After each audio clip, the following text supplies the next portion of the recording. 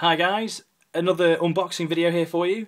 This one is the latest War Machine release for Khador, the Battle Engine Gun Carriage. This is the first battle engine that's come out from Privateer Press. There's a couple more, one for each faction, over the next few months. This one is the Khador Gun Carriage, drawn by two of the Khadoran horses, a couple of large cannons on either side, and a heck of a lot of armour. So let's get started with the unboxing. So I'll put the camera down so that I get both hands free. Sorry about my hand there. And I will take it out of the box and guide you through it. So, a bit different to the usual Privateer Press packaging. It's a box within a box. A couple of different compartments with the different bits in. It's a huge kit, so bear with me.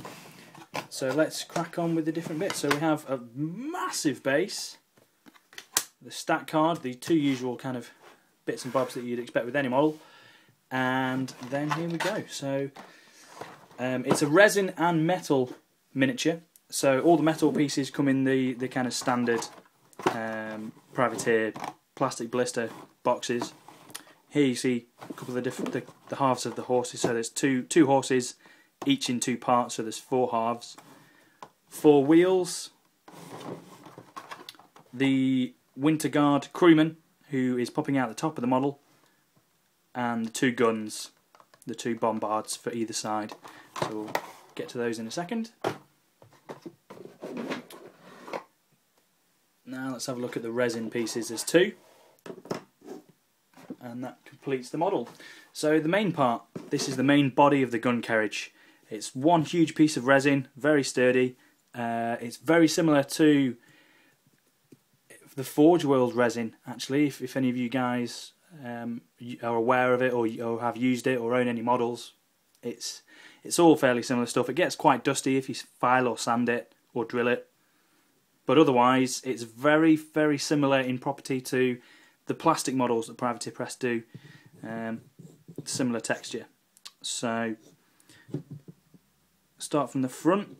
It's a very ridiculous armour on this model. We'll look at the stats shortly, but you can see here embossed Khador symbol, so you don't have to do any freehand.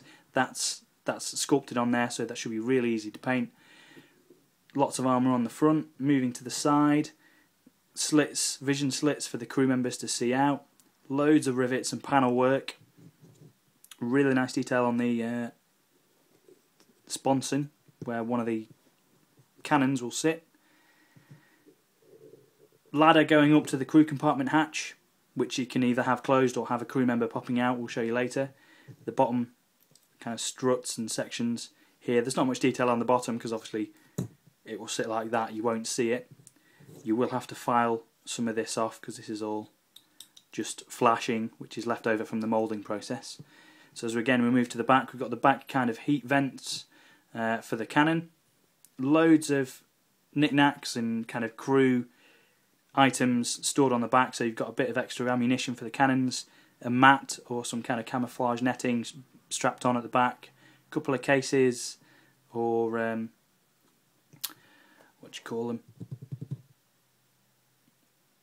chests, there we go, I forgot my vocabulary there, strapped on and with a massive padlock secured, and then again some padding or some quilts or whatever for the crew with belts. Really nice detail with the buckles on both of those, actually. So that's a good little detail. Gives it a bit of character. Again, the other side exactly the same as the opposite. Loads of panel work, metal work with the rivets and all the armour. Another ladder leading up to the crew compartment. It's literally exactly the same as the other half. And then on top, just got a couple of hatches leading into, I assume, the driver's section. Again, more metal panel work and rivets. And then the section for the crew member to either pop out, or you can have the hatch closed. I'll show you that in a second. So that's the main kind of body of the carriage itself. Underneath the carriage will sit this kind of, well, it's the undercarriage. It sits underneath the carriage. So here, I imagine, is this strut which is connecting the carriage to the horses. This is how they pull the vehicle. And then here is kind of the axles. So of each of the four wheels will stick on there, and then that's just a load of structural work underneath to take the weight of the carriage. Again, really nice detail, showing how the the carriage connects through this rope and pulley system to the horses, so I guess they can steer them. And again, really solid metal work showing you the structure of the underneath of the carriage. Now I move on to the metal parts. So we've got the 4 wheels. All of them are exactly the same. So the inner wheel is really just steelwork spokes, armoured tread, really nice detail, good rivet work there, and each individual section is plated, so you can see it comes in loads of different sections. And then an armoured kind of spoke hub with a metal spiky hubcap to take people's knees off as it goes past. So it's 4 of those. They'll stick again to the undercarriage, as you can see there, and then the model will take the weight that way. So 4 separate wheels, 2 of the cannons, which are moulded to fit the sponson on the side. So I believe it's this way, and it will just pivot and glue in whichever, so you can have both the cannons facing forward or out to the side. And get 2 of those. Here you get either the Winter Guard crewman with his rifle, which you can have sticking out the top of the crew hatch, or the actual crew hatch itself. I believe that's the top and that's the inside where they can lock it. So you can either have that glued in place and no crewman, or you can have it glue open and have the crewman popping out and taking a shot. Bit of variety there. If you have 2, I suppose it's a way of differentiating between the 2 models. You can have one with the crewman and one with without, so you can easily see which is which. And then the horses come in 2 halves each, but unfortunately both horses are exactly the same. So once the halves go together, and they do go together quite well, it's a good model, well sculpted and cast, so just a bit of filing and that will go together no problem. There's no annoying little tail or plastic tail, which for a lot of Warhammer players out there, you know how easy it is for the tail to snap off and look ridiculous from then on. But a lot of detail, again, all cast on, so not much freehand required. Lots of armour plating on the back of the horse. It's a really solid, stocky horse, which is good because it would need to be to pull that massive behemoth of metal. My only problem with these 2 horses is they are in exactly the same pose. It's exactly the same model, you just get 2 of them. So if you want to do some conversion work, there's some relatively easy, you could move the legs on the horses to make them look slightly different to each other. Moving on to the base, one nice feature they've done is, because every model has a front arc in War Machine, they've marked that on with 2 little divots, so you can see the front arc clearly. And then the very front facing of the model, because each bombard can only fire in 90 degrees, so the left one to the left, the right one to the right. That's very nice that they've moulded that on. Hopefully they'll keep that and introduce it for the rest of their models. And then this stat card for the gun carriage, it has loads of damage boxes, only costs 9 points, you're allowed 2 of them.